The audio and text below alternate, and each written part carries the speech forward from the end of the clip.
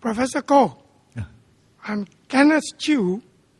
Yes, Kenneth. I would like to raise a number of points here.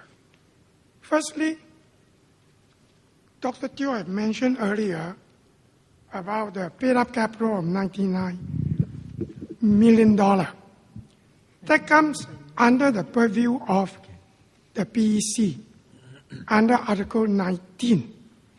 If I may say so, Article 19 is defective and flawed. Has a lot of defects. A paid-up capital of 100 million or even 200 million means nothing.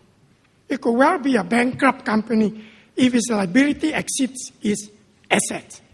So what Dr. Thio have said earlier is we should look at the candidates, the character of the candidate, the ability of the candidate, the integrity of the candidate, which is much more important.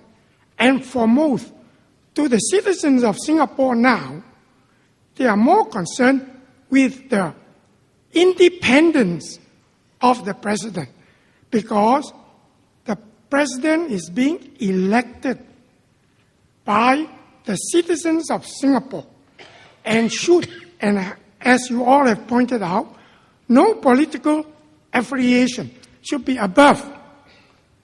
Therefore, it's time that we should... What's your question, Kenneth? The question is that we must relook at our constitution and clean up a lot of dirt inside, a lot of defects inside, have it more transparent. Because a lot of things citizens are asking, is it transparent? Is it accountable? Because a lot of things has been bulldozed through in the past. Let me give you a simple example. If I'm the president of the country, most important thing to me is national security.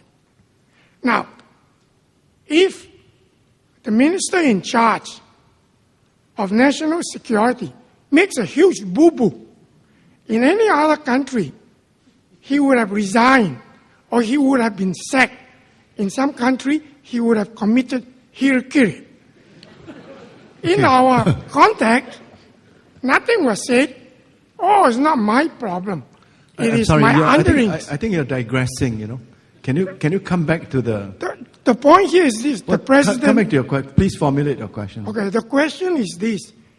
If the Prime Minister continue to have him in his cabinet and with the discontent of the citizens to him, should he not talk to the Prime Minister quietly and say, don't you think it's about time you get rid of that fella?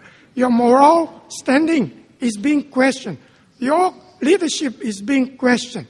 And if, assuming the Prime Minister refuses, what can the President do? No, I think I would like the Minister of Law. You're making a statement, you're not asking a question. I'd like to ask that what would the Minister of Law handle this kind of matter? Or if he's the Prime Minister, how would he handle this matter? If he's in conflict with the President said, I am not going to approve his reappointment. Where do we stand? I'm prepared to bring it to the people and let the people decide. I think you've spoken long enough.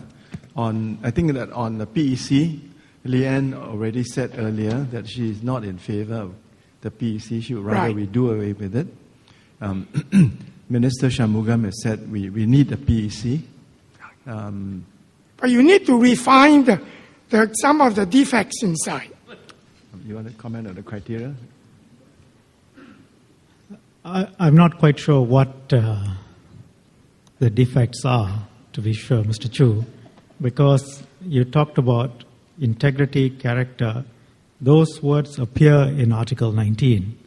In fact, among the factors the PEC should consider are that the person has got to satisfy it that he is a person of integrity, good character, and reputation. Right. So all that the PEC does is sort of act as some sort of sieve, as a pre-qualification mechanism.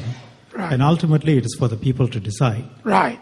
Of the candidates who are presented, it's really to separate the wheat from the chaff. Right.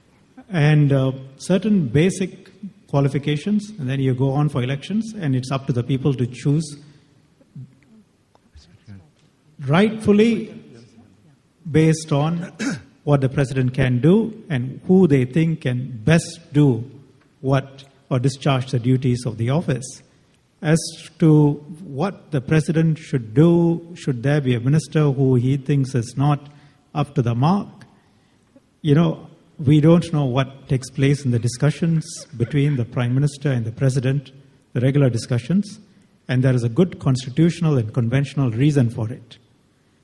And the President is entitled to speak his mind freely.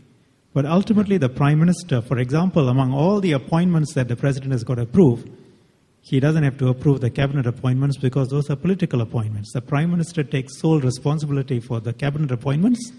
He goes to the elections with the cabinet that he has chosen, and he puts before the people his track record, and it's for the people to judge. Right.